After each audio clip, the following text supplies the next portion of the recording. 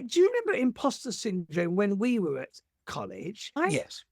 Yeah, And so sorry, I'm no, so superficial. I don't think I ever yeah, did. no, sorry, there wasn't any. When we were at college, there wasn't any.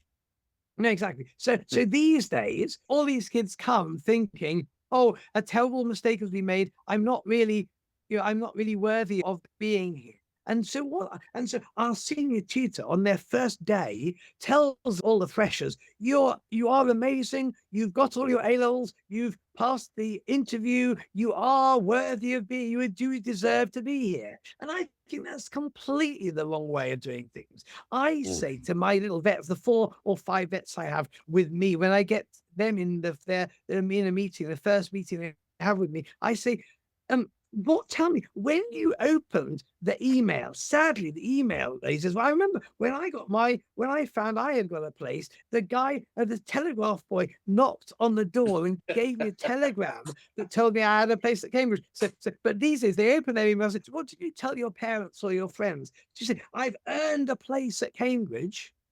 I've been considered worthy of joining this college community. No, I've been given a place. Everyone says that, don't they? What does that make the place? Given a place, yes.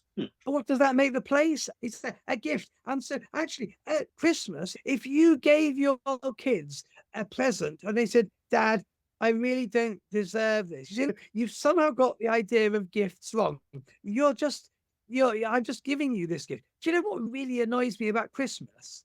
Is Santa Claus. Santa Claus says, oh, boys and girls, have you been good this year? What I love is some little kid to go up to him and say, actually, no, Santa, I've not been particularly good at all this year, but there's 2 words that summarize Christmas, encapsulate Christmas. What are those? Not Merry Christmas, but unconditional love.